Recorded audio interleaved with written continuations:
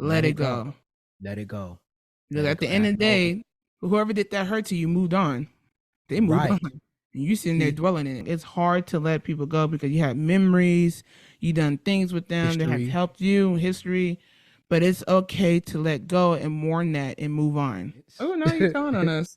I'm telling all the business. I don't want to have anxiety that we can't finish. But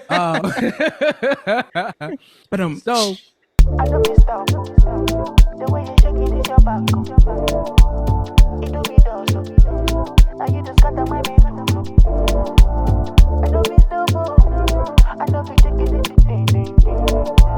Oh baby, so free. Make you no give me better.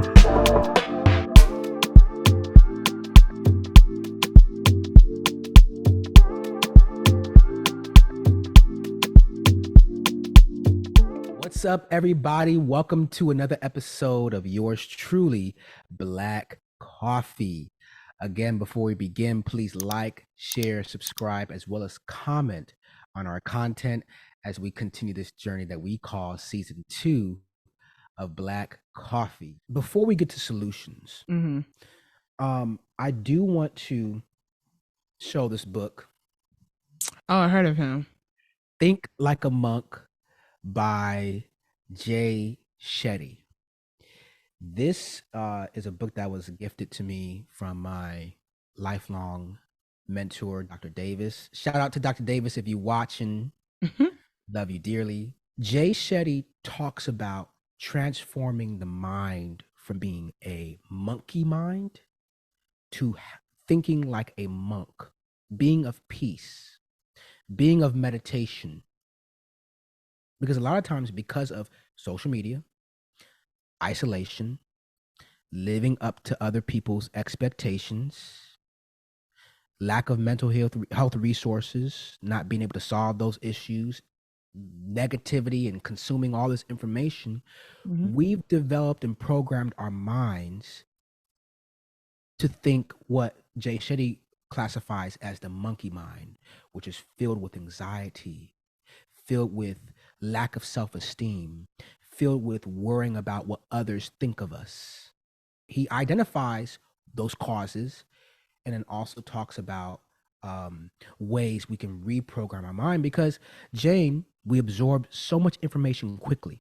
And so as quick as these habits or issues that have been programmed in us, whether during childhood, or as adults because of bad practices or just issues in life, we can also program our minds to think in a more healthy and cohesive way that benefits us to be at peace. And I did highlight a few quotes from Shetty's book. One, he says that our identity is wrapped up in what others think of us, or more accurately, what we think others think of us. And what that means is we try to live up to what we think other people think of us, even if it is at the expense of our own personal values. It goes back to social media, right? You're like, oh, this person didn't like my stuff, so they must not like me. It might not be that. It might just be the algorithm. Or it could be that person's busy, or somebody didn't respond to my message. And but if they don't like it, that's also okay too. And that's okay. Yeah. Not everybody is going to like you or support you or be there for you. That's why you value those who are, whether it's family, whether it's friends. Another quote that stood out was, he says, our culture and media feed images and concepts about who and what we should be, while holding up models of accomplishment and success. Fame, money, glamour, sex. In the end, none of these things can satisfy us because we'll simply seek more and more, leading to what? Frustration, disillusion, dissatisfaction, unhappiness with yourself, exhaustion. Because as humans, we normally want more and more of something that's good. Mm-hmm. right? So we get money in our pockets, or we have our, fame on the internet, or we think we look good and we're getting all these comments and so on. We want more and more and more of that. It's a problem. It's one of the reasons why the world is experiencing the issues that we're experiencing in terms of capitalism. Because money, these people are never satisfied with the billions of dollars they make. Corporations and overseas businesses, they want more and more and more. And this doesn't only apply to people who make billions and millions of dollars per year, but also us everyday people. There's another quote that I want to highlight. He quotes a sociologist named Charles Horton Cooley. This is from 1902. He says, "I'm not what I think I am, and I am not what you think I am. I am what I think you think I am." And a lot of humans think like this. Yep. Because we're so caught up in how others think. Yep. Because we think we can read people's minds. And so we think that, oh, this person must think this of me, or my family, I didn't accomplish this, and so they must think this of me. We don't know what they think until they specifically tell us what they think. And sometimes even what they tell us may not be exactly what we're thinking. That's why we are killing ourselves with anxiety, trying to wonder what this person thinks of me, whether it's your romantic partner, whether it's your family, whether it's your neighbor, your friends, your coworkers, all of that. And so now it brings me to our final point. What are some solutions to deal with mental health issues, particularly anxiety and insomnia, since those are the overarching themes that we've discussed in this episode? Mm-hmm. I would say for me, like you said, setting boundaries. If you don't feel comfortable doing something, say no. You don't have to say yes to everything. No is a complete sentence. Mm-hmm. And if they cannot accept that, you have every right to remove yourself from a certain situation. It doesn't make you weak. It doesn't make you a punk. It makes you strong in my eyes, because you're taking care of yourself and not caring about what others think about you, or putting your mind in harm, constantly over-guessing yourself just to please someone else. Another thing I would say, go to the gym. That's not more to look good. Get that endorphin in your body. Get that rush. Get that blood rushing through your body. Make you get that joy of working out. That's what I do a lot. After work, I have a stressful day. I'm at the gym hitting some punching bags, because I'm trying to release all this, whatever is holding me back. I'm trying to release it. And for me, it works, because I'm able to wake up the next day and kind of leave what happened that day behind me. Mm-hmm. Those are good recommendations, Jane. And I know it sounds simple, but you'd be surprised when you put them into practice. They actually help out a lot with our mental sanity and well-being. My first solution or recommendation to people is step away and take a break from social media. Yeah. You don't have to post every single day, every single week, every single event that you go to.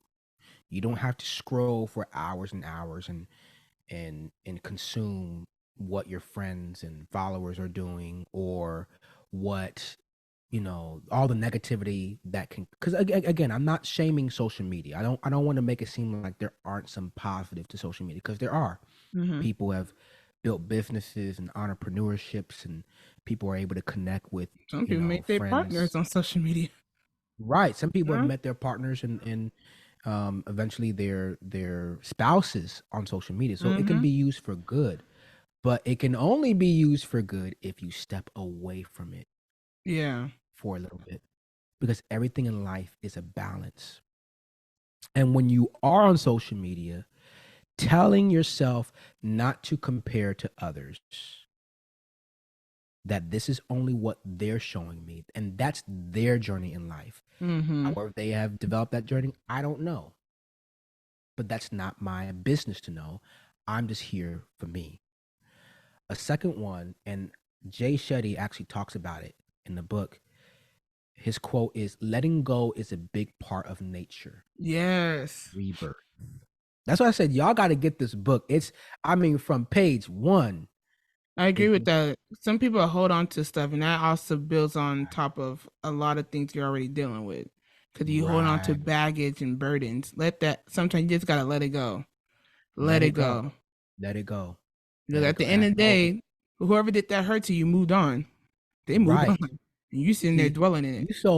You sitting there angry and upset and crying and worrying about what this person or people have done and did and so on, while they're out having a good time, not worrying a thing about you. Mm-hmm. Like you said, it's easy said and done. Like you said, it is easy said and done. Right. But you can I'm preaching I'm preaching to the choir here, because again, I was someone and still am someone who overthinks. Oh, yeah, I overthink a lot. Yeah, my mind is trained to overthink and overanalyze situations. And while it has helped me out some, it has also caused anxiety, because I'm always thinking what is going to happen, what is going to happen next, and so on. So letting go of negative friends. Yeah, and family. Yeah, not everyone's whoever comes to your life, they did a purpose, and sometimes you just gotta let them go. Not everybody's gonna be in your life for forever. It's hard to let people go. Don't get me wrong. It's hard to let people go because you have memories, you done things with them that have helped you, history. But it's okay to let go and mourn that and move on. I had to tell myself that you can't keep someone around because of the history you guys built up with, but this is the person that constantly hurts you or don't respect you, don't value your time, don't value you as a person. They only call you when it's convenient for them. Let them go. Right, Jane. This is a hard lesson that people in their 20s and 30s must learn. And people in their late teens too. The friends that you meet in high school, in college, post-college, or just early adulthood, because not everybody goes to college. Those individuals won't always be in your life. There are some friends who you're going to meet who you'll be friends the day that we expire from this earth. But there's going to be individuals who are only there for a season. And that's okay. That's totally fine. Because you're not meant to, every single person who you meet who becomes a friend, you're going to always have them in your life, or you're going to always be in their life. That's not one thing I've learned of now approaching my, I won't say mid-20s. Well, I'm in my mid-20s, but getting to the late stage, is that the people who I met when I was 20,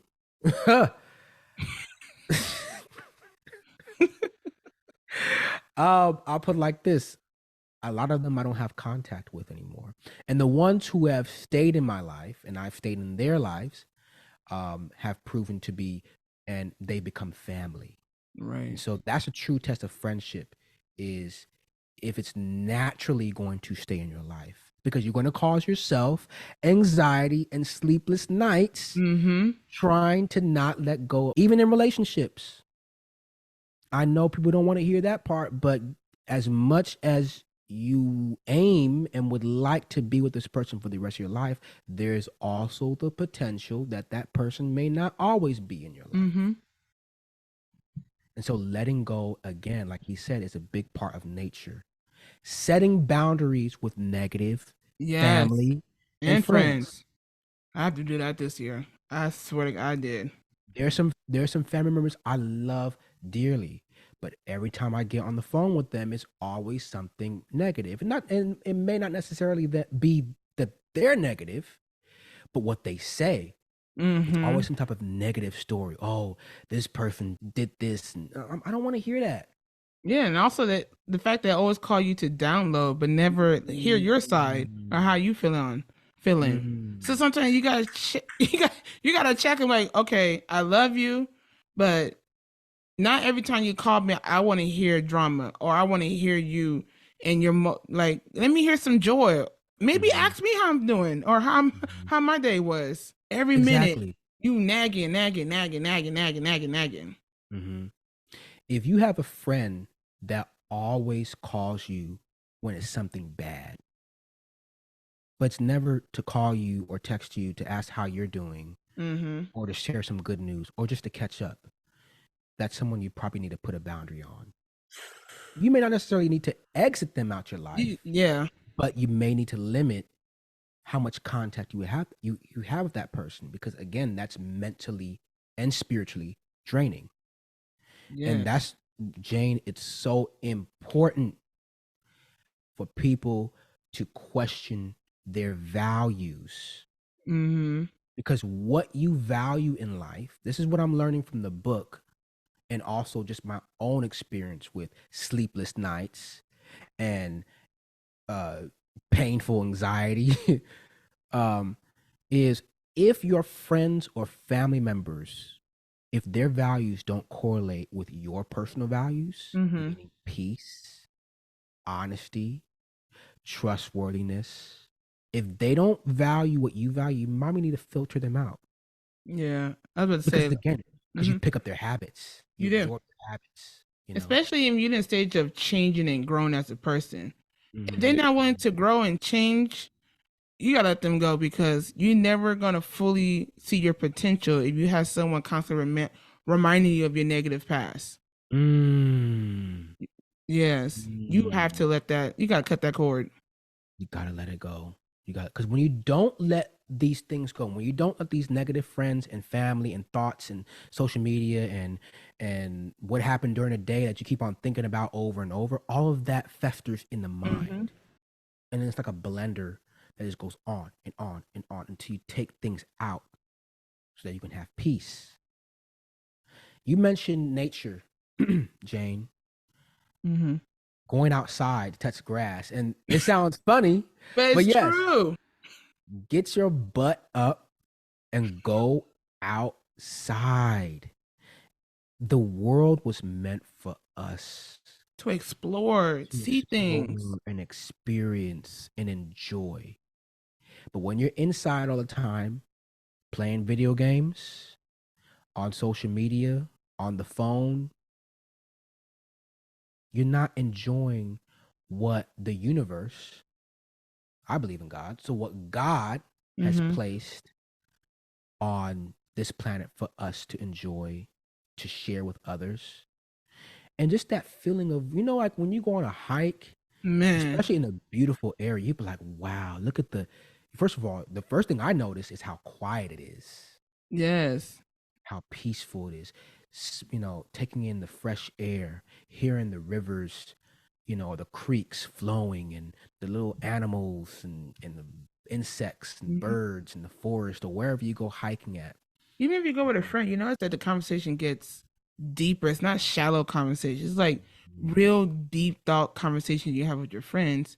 Then when you reach the top, you see the view. That's your reward, is the view, your friends who went with you, and just like you said, being one with nature and just exploring or seeing what God created or whoever you believed in has made. Exactly. Some other things include physical exercise. People get up, like Jane said, go and exercise, especially if you can't sleep. I know it sounds contrary. You would think, tire yourself out, you get a good sleep. You will tire yourself out. And it wasn't until, I'm going to shout out Ebony and Garrett, because y'all, and Jane as well, but Ebony and Garrett, y'all really helped me to break the chain of insomnia. I'm someone who likes to exercise, but when I wasn't getting sleep because of my anxiety, I wasn't exercising because I was tired. I was too tired. But they had me in that gym and said, nope, get up and go. We gonna go. And we did our leg day. We did our our upper body and stuff like that. Did a little bit of running, did a little bit of Stairmaster, all this stuff. And it tired me out so much, because now I'm focusing on the exercise. I'm not focusing on what's in my mind, worrying and such. And I was able to finally go to sleep. Pick up some hobbies, people. See, Jane and I, our hobby is the podcast, sharing information with y'all. even outside of this, we go outside of this, we go to concerts or we might go out to get some acai bowl. I know it's such a California thing, but we do that. Like we do things that's outside our norm. Norm, exactly. Pick up hobbies, whether it's music, whether it's working on cars. I love to work on cars. Yeah. So I'm always tinkering with my car. Some people, like doing art of some form. Pick up something that takes away from the redundancy. Make you escape From the mundaneness. Because life can become mundane when you go to work, you go to school, you come home, yeah, you eat dinner, you go to sleep. Especially as you get older, your routine is it's the same. So you got to add something to it to change it up.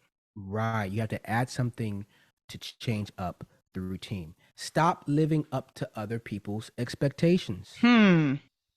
Because their expectations of you have no bearing on what you can achieve. And ask yourself, did they do it?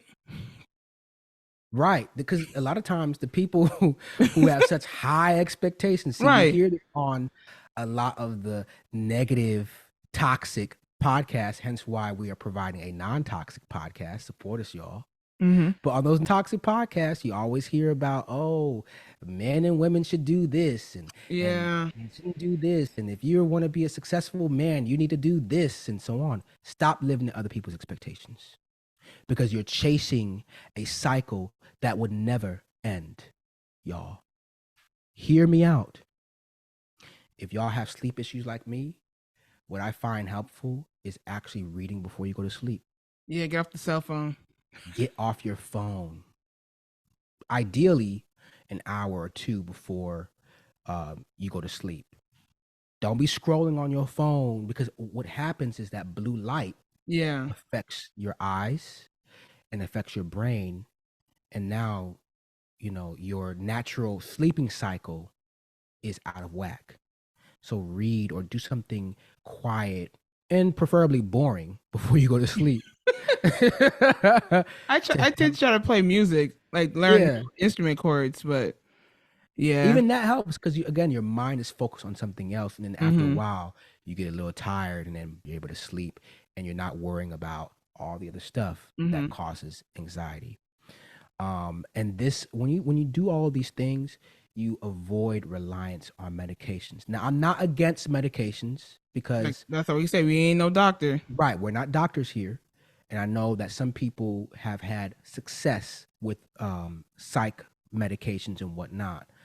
But it is best, in my opinion, if people avoid relying on them because then again, they have side effects. And one medication that tackles anxiety then also causes lack of sleep or lack of interest in other things or some type of other side effect that you have to have another medicine to take care of. That's just how the American pharmaceutical industry is, big pharma, and we're going to have a discussion on that one day. And then also be grateful. Yes. For the small positive progress that you made. You may not completely rid yourself of anxiety, but if you felt a little bit better today than yesterday, that's a small win. If you had a good conversation with a friend, see me and Jane, we be talking all the time. Man, that's a small win because he smiled. He laughed. Especially Jane be having me laugh and crack up on this phone. Y'all like. So be grateful for those small things. Don't take life too seriously. Don't get caught up in thinking, I have to do this, or I'm not a valuable human being. Enjoy the moment. Enjoy the moment you're in. Right, because guess what? We're only going to be young once. And tomorrow's never promised. Right, tomorrow's not promised. You don't get to do this over. You don't get to, I'm going to go back in time and be my young self again. No, you only have one life to live. And so don't take it too seriously. Live it. Have a balance in your balance is so important when it comes to socializing in your life. And remember, everyone's journey is different. My last note would be we need to encourage more people, specifically Black people. I said this earlier, but I'm going to say it again. More people to go into the fields of mental health. Because instead of passing a bill to ban TikTok because, it's too distracting to Americans, Mm-hmm. And yes, it is distracting to Americans. It can be. Let's tackle the root of the problem, which is us not prioritizing mental health care in this country. Jane, I know there's so much more that we can discuss, Mm-hmm. but mental health is a huge topic. It is. Do you have any like last statements or? I'm gonna end it on Oakland legend Marshawn Lynch. I remember when he said, "Protect your mental and protect your chicken." You got to protect this because it's only you who do it. No one else could do it for you. That's and so chicken, true. I'm thinking he used the word chicken. Take care of your loved ones. They might be down and out, and you could be that person who could save them. That's powerful, James. Yeah, it might sound funky, but that man know what he's talking about. Yeah, It's true. It's true because guess what? You can have a kidney transplant. You can have a liver transplant. Hell, you can even have a heart transplant. You can have a brain transplant. Yeah. When your mind is not right, the rest of yourself is not right. We're going to have more and more conversations on this because this is a topic that affects our community, that affects us, that affects our nation. But we don't have enough time today because our Zoom, which we record on, is about to end in 2 minutes. Oh, no, you're telling on us. I'm telling all the business. I don't want to have anxiety that we can't finish. But so, right. We're going to add that effect in there. We're going to add that effect. But Jane, it's always likewise good chatting with you, my dear friend. And again, please, y'all, like, share, subscribe, and comment on this episode so that we can continue bringing informative content such as this to y'all. And the quote of the day is going to be, people do not think about us as much as we think they do. Let this sink in. When you start worrying about what others think of us, sometimes the people who we think are worrying about us, they're not. Right. And that was a life changer for me, y'all. like we always say to end the show, health is wealth. It be your own people, dream big. It be your own people, dream big. And this is BlaqKoffee. It really be your own people, y'all. Don't be surprised. Dream big. This is BlaqKoffee. We love you, and we'll see you next time. Bye, everyone. Oh, baby, so free, make you know